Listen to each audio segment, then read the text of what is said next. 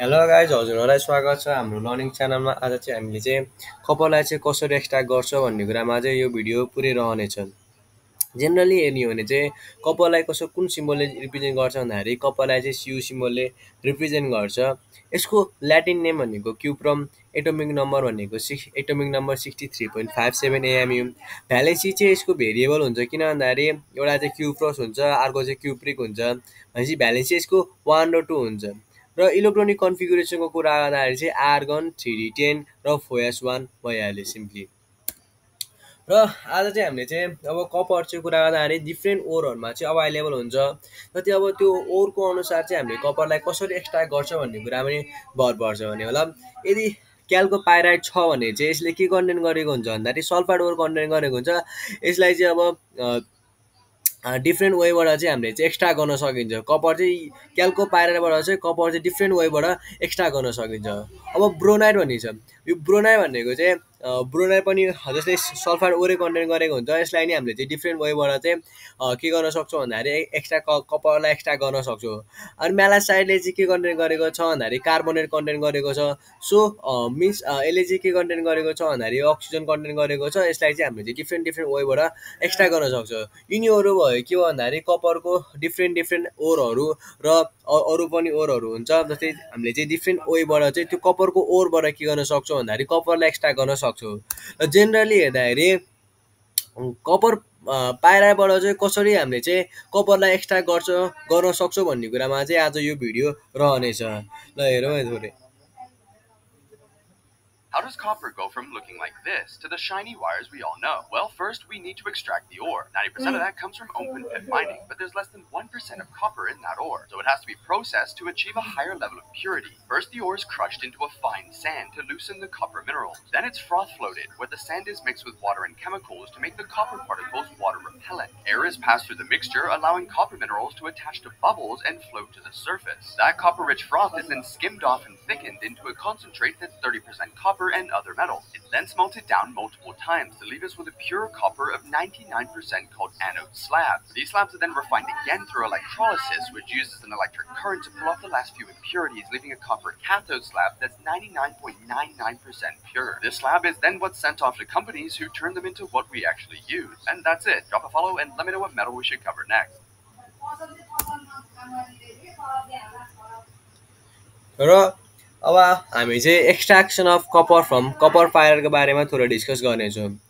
जुन चाहिँ अब कस्तो मेथडबाट चाहिँ हामीले चाहिँ कपरलाई एक्स्ट्रा गर्न सक्छौँ भन्दाखेरि पहिलो मेथड भनेको कन्सन्ट्रेसन। कन्सन्ट्रेसन भनेको चाहिँ जुन ओर हुन्छ, ओरलाई के गर्नु भनेको चाहिँ सफा गर्नुलाई चाहिँ कन्सन्ट्रेसन भनिन्छ। भने मतलब एउटा गाडी होला होइन, गाडीमा धुलो होला र त्यसलाई चाहिँ हामीले के गर्छौँ भन्दाखेरि त्यसलाई चाहिँ हामीले चाहिँ वाटर गरे पानीले चाहिँ धोयो भने चाहिँ त्यो धुलो निस्किन्छ। भने मतलब त्यो चाहिँ बस चाहिँ के हुन्छ भन्दाखेरि सफा हुन्छ। भने मतलब कन्सन्ट्रेसन भनेपछि ओर जुन चाहिँ हेभी ओर र जुन ओर हुन्छ, ओरमा के हुन्छ भन्दाखेरि कुनै बेला इम्प्युरिटी हेभी हुन्छ, कुनै बेला के हुन्छ भन्दाखेरि ओर नै हेभी हुन्छ। भनेपछि अब यसलाई कसरी हामीले चाहिँ इम्प्युरिटी र ओरलाई हामीले चाहिँ इजिली के गर्न सक्छौँ भन्दाखेरि क्लिन गर्न सक्छौँ कन्सन्ट्रेसनको मेथडबाट। अर्को भनेको रोस्टिङ। रोस्टिङ भनेको यस्तो खालको मेथड जस्तै अब हामीले चाहिँ ओरहरूलाई चाहिँ अक्सिजनको प्रेजेन्समा हिट गऱ्यो भने चाहिँ त्यसलाई रोस्टिङ भनिन्छ होइन। भने मतलब जेनरली चाहिँ अब हाम्रो चाहिँ कपरलाई चाहिँ कपर पाइराबाट एक्स्ट्रा गरेको कारणले गर्दाखेरि रोस्टिङ मेथड चाहिँ इन्भल्भ भयो। किन भन्दाखेरि यसले चाहिँ अक्सिजन कन्टेन्ट गरेको छैन, अक्सिजन कन्टेन्ट नगरिसकेपछि रोस्टिङ हुन्छ होइन। भने मतलब अक्सिजनको प्रेजेन्समा के गरिन्छ भन्दाखेरि अब कपर पाइराइडलाई के गरिन्छ भन्दाखेरि हिट गरिन्छ। हिट गरिसकेपछि यसले के फर्म गर्छ त भन्दाखेरि कपर अक्साइड भन्ने फर्म गर्छ। र जेनरली स्मेल्टिङमा के हुन्छ भन्दाखेरि जुन रिमेनिङ याफियास र CO2 ग्यासलाई केसँग रियाक्सन गर्छ भन्दाखेरि फर्दर O2सँग रियाक्सन गरिसकेपछि त्यसले के फर्म गर्छ भन्दाखेरि याफिओ र SiO2 भन्ने फर्म गर्छ।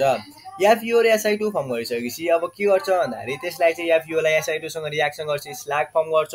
र हाम्रो चाहिँ के हुन्छ भन्दाखेरि Cu2O भनेको मतलब प्लस अक्साइडलाई केसँग रियाक्सन गर्छ भन्दाखेरि याफियाससँग रियाक्सन गरिसकेपछि यसले के फर्म गर्छ भन्दाखेरि यसले चाहिँ क्यु प्लस सल्फाइड भन्ने फर्म गर्छ। प्लस एफयू भन्ने फर्म गर्छ मतलब त्यसलाई चाहिँ के हुन्छ भन्दाखेरि कपर मेड हुन्छ। यसले 50% अफ कपर कन्टेन्ट गर्छ भनेको मतलब कपर मेड भनेको के रहेछ भन्दाखेरिको त्यसले चाहिँ 50% के गर्छ भन्दाखेरि कपर कन्टेन्ट गर्छ भनिन्छ। बेसिमराइजेसनको कुरा गर्दाखेरि अब हाम्रो चाहिँ एउटा चाहिँ के हुन्छ भन्दाखेरि एउटा ब्लिस्टर कपर फर्म गर्ने मेथड हो, त्यसलाई चाहिँ बेसिमराइजेसन भन्छ। त्यसमा चाहिँ अझै पनि इम्प्युरिटीहरू रिमेन हुन्छ र त्यो इम्प्युरिटीहरूलाई चाहिँ के गर्न छ भन्दाखेरि फर्दर हाम्रो चाहिँ 98 to 99% के त भन्दाखेरि प्योर कपर अप्टेन गर्नको लागि चाहिँ रिफाइनिङ अफ ब्लिस्टर कपर गरिन्छ। त्यसमा चाहिँ के छ भन्दाखेरि पोलिङ प्रोसेस भयो, एउटा अर्को चाहिँ इलेक्ट्रो रिफाइनिङ अफ कपर भयो। यिनीहरू डिफ्रेन्ट प्रोसेसहरू के भएको हुन्छ भन्दाखेरि इन्भल्भ भएको हुन्छ। एकछिनको लागि कन्सन्ट्रेसनमा जाउँ। कन्सन्ट्रेसनको कुरा गर्दाखेरि हामीले भने नि अब सुरुमा के हुन्छ फर्स्टमा चाहिँ बिग लम्स अफ ओरहरूलाई चाहिँ स्मल पिसेसमा के गर्छ भन्दाखेरि ब्रेक डाउन गर्छ भने ल जेनरली कपरलाई चाहिँ के गर्छ भन्दाखेरि कपर पारा एक्स्ट्रा गर्न सकिन्छ र त्यसलाई के गरिन्छ भन्दाखेरि कन्सन्ट्रेसनमा चाहिँ अब जति हाम्रो जुन बिग लम्स अफ कपर पाइरालाई के त भन्दाखेरि बिग लम्स अफ कपर पाइरालाई स्मल पिसेसमा ब्रेकडाउन गरिसकेपछि कन्सन्ट्रेसन गरिन्छ।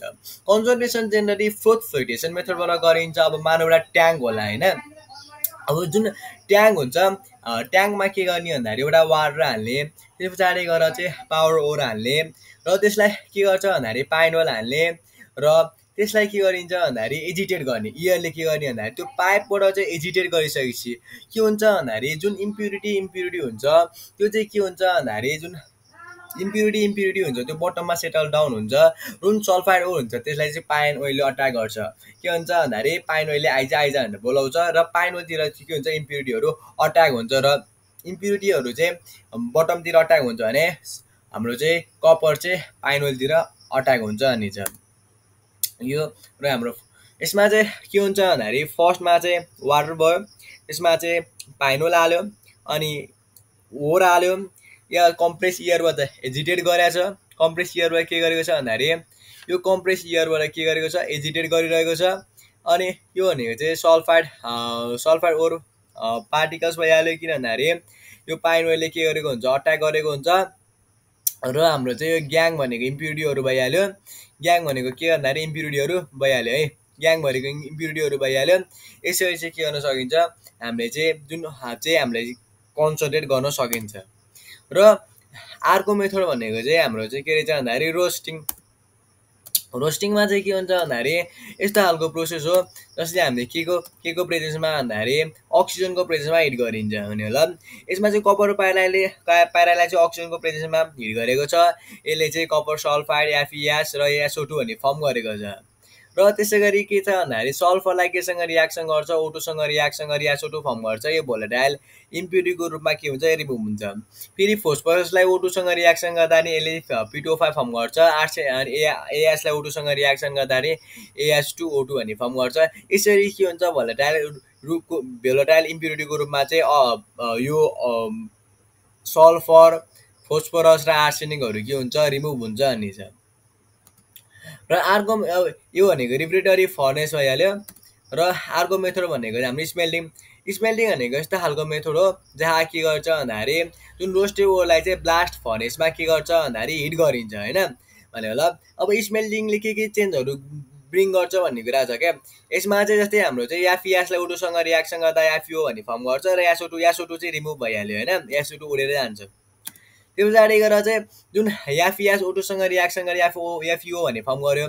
जुन एफइओ चाहिँ एसआइटोसँग रियाक्सन गर्छ स्ल्याग फर्म गर्छ। स्ल्याग चाहिँ इम्प्युरिटीको रूपमा के हुन्छ उडेर जान्छ भन्ने छ।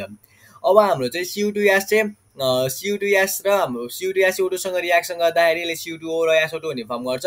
CO2O चाहिँ एफइएससँग रियाक्सन गर्दाखेरि CO2S र एफइओ भन्ने फर्म गर्छ। यसलाई नि के भन्छ भन्दाखेरि यसलाई नि हाम्रो चाहिँ मोल्टेन कपर मेड भनिन्छ है। यसलाई नि के भनिन्छ भन्दाखेरि कपर मेड भनिन्छ। अब हाम्रो स्मेल्टिङ प्रोसेसको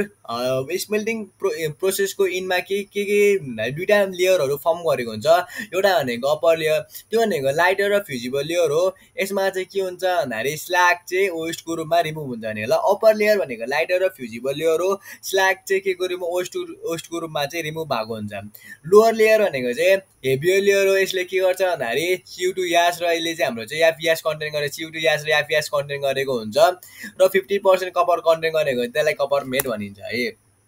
अर्को मेथड र हाम्रो यसमा हेरौँ है के हुन्छ भन्ने कुरा हुन्छ। फर्स्टमा चाहिँ हाम्रो चाहिँ mixture of roasted ore, sand, and coke is dropped into the furnace and heated.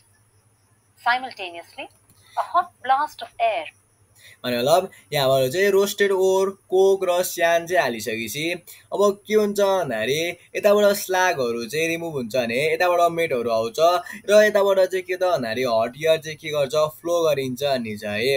Hot air flow गरिन्छ यहाँनिर चाहिँ रोस्टेड ओर कोक र स्यान हालिसकेपछि यताबाट हट एयर ब्लो गरिन्छ। यताबाट के हुन्छ माथिको अप्पर लेयरबाट के भएको छ भन्दाखेरि स्ल्यागहरू रिमुभ भइरहेको छ भने चाहिँ लोवर लेयरबाट के त भन्दाखेरि कपरमा इजिली के गरेको छ भन्दाखेरि इजिली निकालेको छ। ferrous sulfide, the impurity. र अर्को मेथड भनेको हाम्रो बेसिमराइजेसन। बेसिमराइजेसन भनेको यस्तो खालको प्रोसेस हो जहाँ कपर मेटलाई केसँग मिक्स गर्छ भन्दाखेरि लिटल सिलिकासँग मिक्स गर्छ र यसलाई चाहिँ डाइरेक्टली बेसिमर कन्भर्टरमा चेन्ज गरिन्छ। अब यसमा नि के हुन्छ भन्दाखेरि रियाक्सनहरू चाहिँ सेम हुन्छ। यदि कुनै पनि इम्प्युरिटीहरू चाहिँ रिमेन छ जस्तै हाम्रो चाहिँ सल्फर फोस्फरस आर्सेनिक यस्ता इम्प्युरिटीहरू चाहिँ अझै पनि बाँकी छ भने चाहिँ भोलेटाइल अक्साइडको रूपमा के हुन्छ इम्प्युरिटीहरू रिमुभ हुन्छ। एकछिनको लागि याफिएस कि त रिमेनिङ याफिएस O2सँग रियाक्सन गर्छ, यसले Fe2O3 भन्ने फर्म गर्छ र जुन याफिओ चाहिँ SiO2सँग रियाक्सन गर्दाखेरि के फर्म गर्छ भन्दाखेरि याफिओ SiO3 भन्ने फर्म गर्छ। सरी यहाँनिर चाहिँ याफइओ हुनुपर्ने थियो, यहाँनिर थोरै मिस्टेक भएछ। र अब हाम्रो चाहिँ बेसिमराइजेसन भनेको यस्तो खालको प्रोसेस हो जसले चाहिँ के गर्छ भन्दाखेरि 98% प्योर कपर चाहिँ अप्टेन हुन्छ, त्यसलाई चाहिँ ब्लिस्टर कपर हुन्छ। त्यो कसरी अप्टेन हुन्छ भन्दाखेरि जब चाहिँ CO2 ग्यास चाहिँ O2 3O2सँग रियाक्सन गरिसकेपछि यसले के फर्म गर्छ भन्दाखेरि यसले चाहिँ हाम्रो चाहिँ 3CO2O प्लस SO2 भन्ने फर्म गर्छ। जुन CO2 ग्यास हुन्छ त्यो चाहिँ CO2O सँग रियाक्सन गरिसकेपछि हाम्रो चाहिँ ब्लिस्टर कपर फर्म गरेको हुन्छ प्लस SO2 भन्ने फर्म गरेको हुन्छ। भने मतलब स्टिल यो Cuले के गरेको हुन्छ भन्दाखेरि इम्प्युरिटी कन्टेन गरेको हुन्छ। यो चाहिँ फर्दर के त भन्दाखेरि रिफाइनिङ प्रोसेसहरूमा के गर्छ प्रोसेस हुन्छ।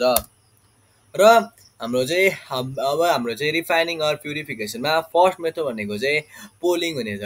यो मेथड भनेको यस्तो खालको मेथड हो जसले के गर्छ भन्दाखेरि सल्फर जिङ्क लिड आर्सेनिक र यदि यस्ता खालको इम्प्युरिटीहरू चाहिँ प्रेजेन्ट छ भने चाहिँ भोलेटाइल अक्साइडको रूपमा के हुन्छ भन्दाखेरि रिमुभ हुन्छ।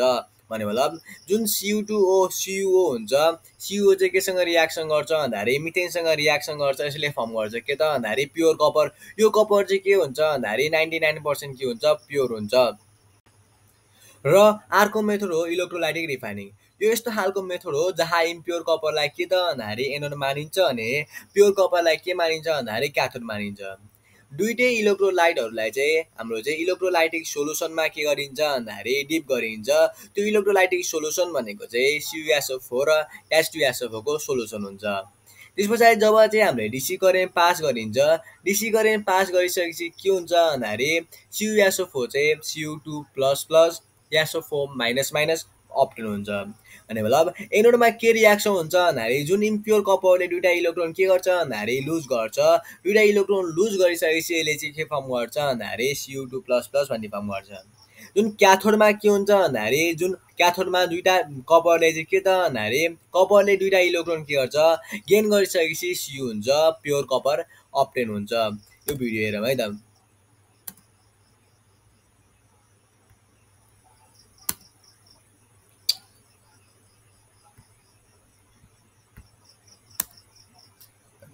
यो पनि हुँदैन।